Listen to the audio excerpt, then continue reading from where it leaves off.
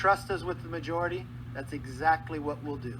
And on the very first day, our very first bill will repeal the 87,000 IRS agents.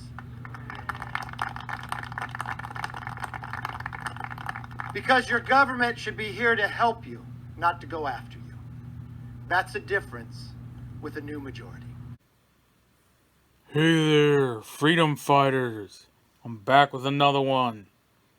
Today we're going to discuss this debt ceiling deal they passed last night. You heard that opening clip from Kevin Rhino McCarthy, Uni Party McCarthy, that if we vote for Republicans and we gain the majority and elect him to speaker, that he'll defund the IRS on day one and resend those 87,000 agents who are arming up to steal from the United States people, from we the people, legalized theft. But surprise, surprise, that didn't happen. So we're going to rant on that today. Buckle up. But yeah, they had $80 billion proposed and extra money for the IRS. And guess what brilliant negotiations he got through? He cut $1 billion off. That's like someone saying that they're giving you $1,000. And they say they're going to cut your money or they're taking it all away. And you're like, well, damn, that sucks. I ain't getting anything now. And then they say, well, we're just going to do some cuts. Okay, well, what are we talking about here? What am I going to get? And then you end up with $990.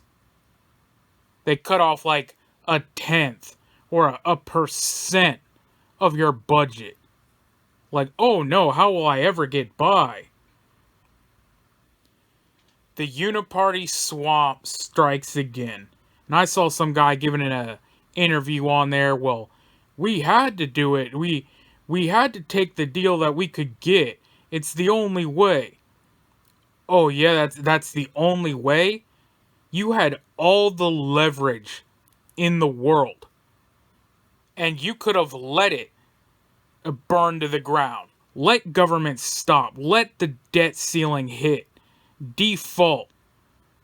But no, all these people want to keep government going. Have you ever heard the term continuance of government? And I'm pretty sure that's when something happens to like the president, and then you have the VP, and it goes down, I think it's speaker, and it goes down a list. And there's plans in place for continuance of government. And that's what they all work on. And when things come like this, they all of a sudden, no matter beliefs or ideologies, they come together in love and peace and bipartisanship to sign these swamp bills that shaft we the people. And then you have people like MTG who are acknowledging the people are fed up. We're done with this bullshit. We're ready for divorce. We're over it. But then she's signing this. Same thing. Oh, well, we got to continue government. All the people that you would consider good, like Jim Jordan or whatever, we're signing on to this bill.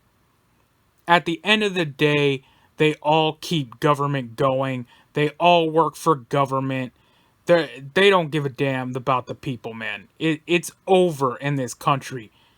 You're not going to vote yourself out of it. Your freedom doesn't exist on a vote. At the end of the day, man, they're just blood-sucking mosquitoes. They're ticks feeding off their host.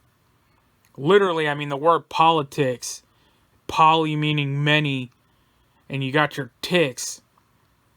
And then you got, your mortgage is the same way. Mort in Latin is like mortal.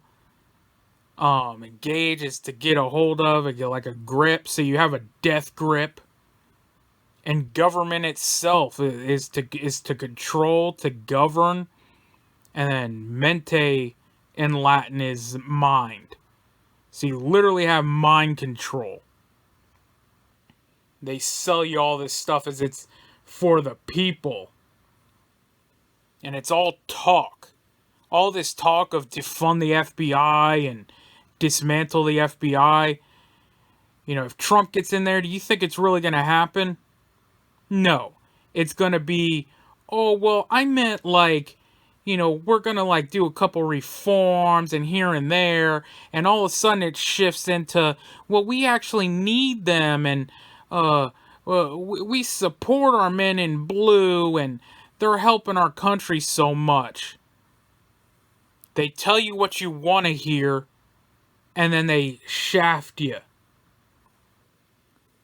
They've already planned on shoving a rusty screw up your ass, and then they sell it as a lollipop. They tell you, hey, it's a popsicle. It'll slide right in, and there'll even be a nice cold tingling sensation as it goes in, and then they hammer it home. Tell you how great it is.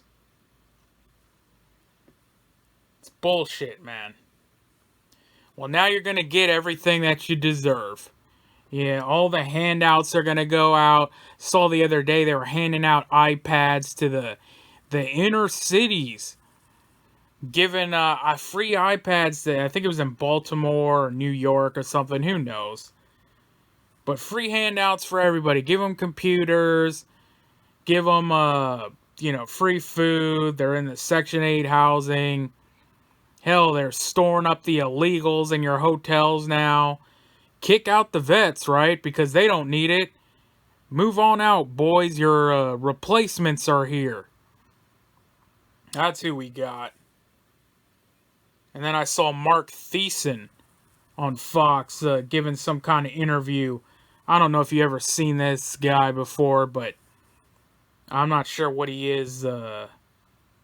Some kind of news contributor, Republican strategist. But he's got the smile of something out of a horror movie. He always looks like he's about, a second away from popping up behind you. But he put one hell of a spin on this thing, man. He was like, well, the Republicans need to actually pass this bill because everybody knows Biden is the one who destroyed the economy and that the Democrats are in control of this recession and that they failed. But if Republicans let this debt ceiling default and, things start getting really bad, then they can blame it on Republicans in the election. So we need to kick the can down the road a little further and then we can work on it. But for now, we need to get to the elections. Oh, the same election with that are going to have Dominion voting systems, right? But they don't want you to talk about that. And I'll have to do another video on that. Why they might even let Trump win. That'll be a different topic. But stay tuned for that one. But yeah, then, they're like, oh, we'll work on the debt ceiling later. It's always kick the can down the road. Continuance of government. Keeping the boot on your neck. And like I said, you're already a socialist country, and that'll be another video too. But yeah, I mean, with all these cuts and stuff, it's all bullshit. It's like when you sell a car, and maybe it's worth $1,000, and you put $500 in it. So you got $1,500. When you sell it, you list it up high. You shoot high. Maybe you put $4,000 on the price tag. And then someone's going to say, well, man, it's not worth that. But, I'll go maybe $2,000. Well, you're already ahead. But, you keep negotiating, see how much more you can sneak out. Maybe you say $2,800. They shoot back with $2,500. And you take it.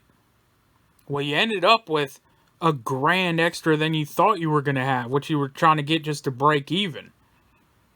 That's what these people do with these deals. they're like, okay, you know, we need $80 billion for the IRS. Let's, you know, shoot high. Let's say we need 100.